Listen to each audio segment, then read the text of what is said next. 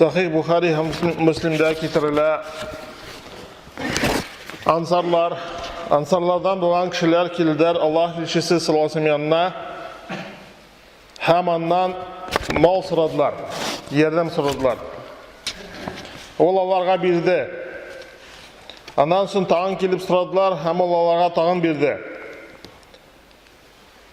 Хәтта алар анда бер нәрсә дә калмаганча кадәр шулай йөрделәр.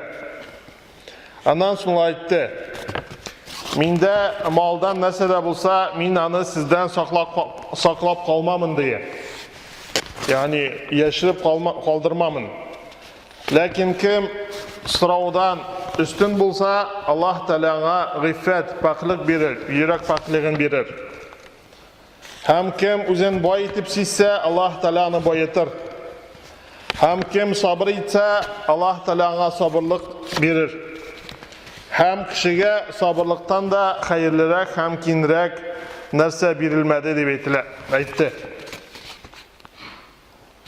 Абу Хурайра радиллаһу анһудан китерелә, ул әйтте: "Мин ишеттем Аллаһ илчесе саллаллаһу алейһи ва сәллям әйткәнен: Сездән берегез урманга барып, аннан аркасына төяп агач утын алып килсә, һәм аны сатып садака бирсә,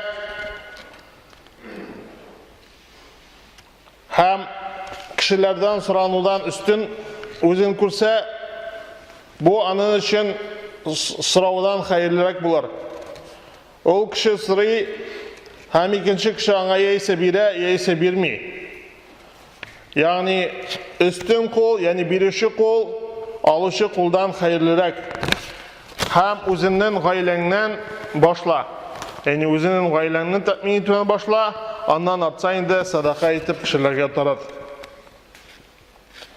Шулай Абу Хурайра радиллаһу анһудан китерелгән хадистә Аллаһ илчесе саллаллаһу алейһи ва сәллям әйтте: "Лейса л-гина ан касратил арад, иннама л-гина гина ан-нафс."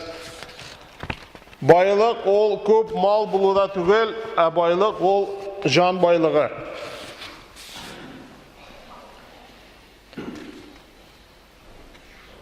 Ибн Умар радиллаһу анһудан китерелә, Аллаһ илчесе саллаллаһу алейһи ва сәллям әйтте: Кешеләрдән сорый торган булыр, һәм шушы эштә дәвамлык кылса, ул кыямәт көнендә килер, һәм аның битендә бер ит кисәге дә булмас ди. Ягъни аның җәзасы булыр, кыямәт көнендә аның битендә ите булмас. Ягъни сорау, кешеләрдән сорану рөхсәт ителми. Шушы хадисне мәгънәсен әйткәндә Әл-Куртуби әйткән: "Ике төрле сүз бар, ике төрле фикер бар моның турында" диде. Берсе, ягъни ул шушы сорауны гадәт итеп алса, кешеләрдән сорауны кыямәт көндә килер, һәм аның битендә ите булмас ди. Яисә кыямәт көндә килер, һәм аның Аллаһ Тәгалә каршында кадере, дәрәҗәсе булмас дип әйтә. Әгәр кеше инде мохтаҗ булса, ихтиярсыз булса, ягъни мөмкинчелеге булмаса, ул вакытта аңа сорау рөхсәт ителә. Имам Ахмадтан радиллаһу анһу сорадылар: "Әгәр кеше сорауга вынужден булса, мәҗбүр булса, ул әйтте, бу аңа мубах булыр. Ягъни шул вакытта мәҗбүр булганда ул аңа сорау мубах, рөхсәт ителгән." Аннан сорадылар: "Әгәр ул рөхсәт ителгән булса да, сораудан üstün итсә үзен", Имам Ахмад әйтте, бу аның өчен хәерлерәк булыр, Аллаһ Тәгалә аны ризыкландырыр. Һәм ул әйтте: "Мин берәүне дә ачлыктан үлер дип уйламыйм" дип әйтә. Аллаһ Тәгалә аны ризыкландырыр ди. Шуңа күрә, хәтта кеше мәҗбүр булганда да сорамау хәерлерәк санала һәм üstünрәк. Һәм шушы рөхсәт ителгән сорау кайчан рөхсәт ителә икәнлегендә галимнәр төрле фикердә. Берәүләр әйтә, аның төшке аш һәм кичке аш ашарына булса, аңа рөхсәт ителми сорау. Кешеләрдән сорау рөхсәт ителми. Аларның дәлиле Абу Дауд радиллаһу анһудан китерелгән хадистә Сахл ибн Ханзалия радиллаһу анһудан китерелә, Пәйгамбәр саллаллаһу алейһи әйтте. Кем кешеләрдән сораса, аның байлыгы була торып, ул үзенә утны гына сорый дип әйтте. Әйтләр, ey Аллаһ элчесе, аның байлыгын нәрсә нәмәдә күздә тота? Күпме ул? Ул әйтте, көндезге һәм кичке аш ашарына кадәр. Ягъни көндез һәм кич ашарына булса, аңа рөхсәт ителми сорау. Икенче фикер буенча, кешедә 50 дирхам булмаса, аңа сорау рөхсәт ителә дип әйтелә. 50 дирхам якынча ул хәзерге вакытта бездә 4000 шамасы инде. Аларның не буенча дәлиле Абу Дауд радиллаһу анһу китерелгән хадистә Ибн Масуд радиллаһу анһу китерелә, Аллаһ элчесе саллаллаһу алейһи әйтте. Кем кешеләрдән сораса, һәм аның байлыгы булса, ул кыямәт көнендә бите сыдырылган һәм чытык йөзле итеп килер дип әйтте. Сорады, ey Аллаһ элчесе, байлык күпме кадәр ул? Ул әйтте, 50 дирхам. 50 дирхам көмеш диде. Һәм Ибн Масуд, Абу Саид радиллаһу анһу китерелә, икенче хадистә Аллаһ элчесе саллаллаһу алейһи әйтте, кем кешеләрдән сораса, аның укия булганда, ул шикләрдән узган булыр.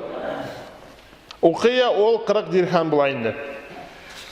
Шулай итеп, кешедә бер фикер буенча яисә көндезге кичке ашарына булса, аңа сорау рөхсәт ителми. Икенче фикер буенча, аның 40 яки 50 дирхам малы булган очракта аңа сорау рөхсәт ителми. Ләкин бу аңа садака алырга ярамый дигән сүз түгел. Садака бит инде соралмый.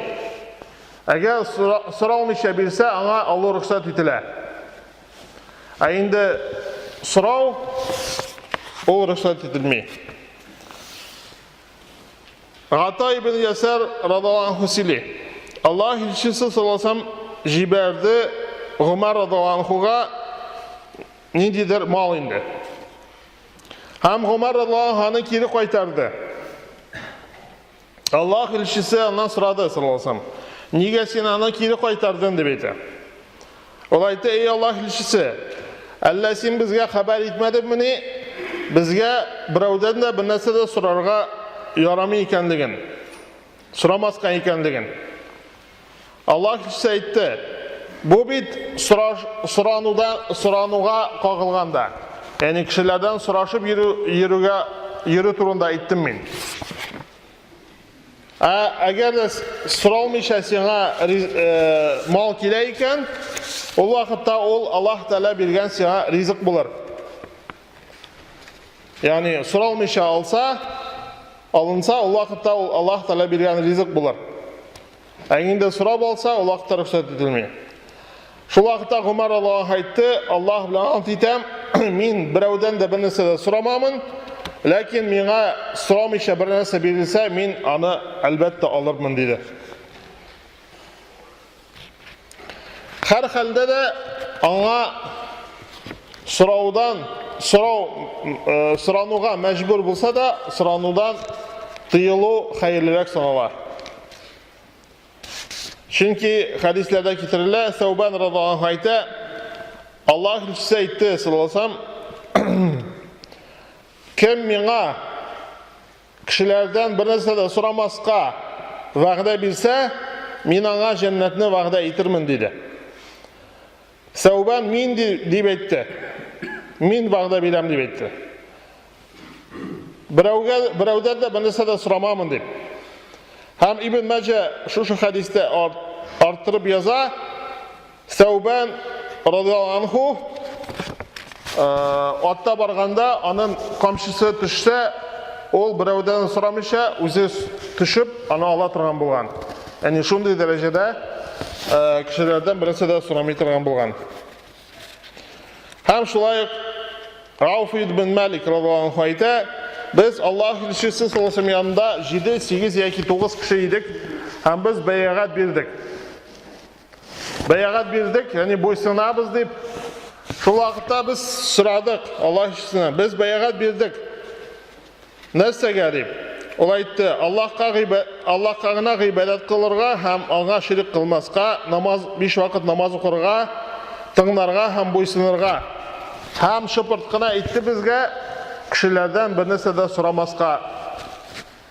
Шул вакытта һәм китерләр шушы кешеләр хәтта камчысы төшкән булса да үзләре төшеп ала торган булганнар, ягъни кешеләрдән сорамый торган булганнар.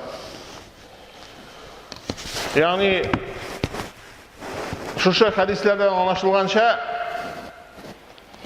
кешеләрдән сорау фақат бик мәҗбүр булганда гына рөхсәт ителә.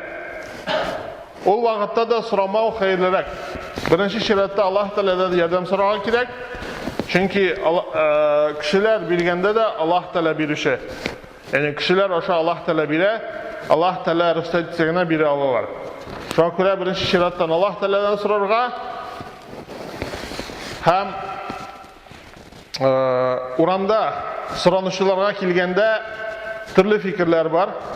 Чөнки аларның кайберсе шушыны белән акча эшли, кайберсе чыннан да бәлки мәҗбүр хәлдәдер, Аллаһ Тәгалә белүче. Ләкин менә безнең мәчет янында кайбер хатыннар киләләр, утыралар. Менә бер көнне үз күзе белән күрдем, бер колясканы хатын утыра иде. Коляскалы, үзе коляскада утыра. Мин үзе машинада утыра идем, алар мине күрмәгәндер инде. Аны килеп такси алып китте. Таксига аны мәҗбүриләтәй кертеп җибәрделәр. Шушы коляскадан күтәреп һәм такси белән алып киттеләр. Яни үзе йөри торган шундый рәвештә түгел ул. Бәлки аның башкалары андый түгелдер, Аллаһ Тәгалә белүче. Мин инде үз күзем белән күргәнне әйтәм, шуңа күрә минем фикерем буенча инде әлбәттә мохтаҗ булсалар да Аллаһ Тәгалә бүтән кешегә ризык бирүче. Имам Әхмәд радиллаһу анху әйткәнчә, рахимаһуллаһ әйткәнчә, Аллаһ Тәгалә берәүне дә ризыксыз калдырмый. Шуңа күрә дә сораучыларга бирмәү хәерлерәктер. Шушы ук садаканы мәчеткә, мәдрәсәгә биреп, шушы мәдрәсәләр кешеләргә гыйлем таратып, шушындый соранучы һәм загыйф, мохтаҗ кешеләр әзрәк булыр иде иншаллаһ. Баракаллаху лана ва лакум фил Qur'анил азим ва нафa'ана ва iyyakum bil ayati wa dhikril hakim innahu huwal ghafurur rahim al jawadul karim al aliyyul azim as-sami'ud du'a.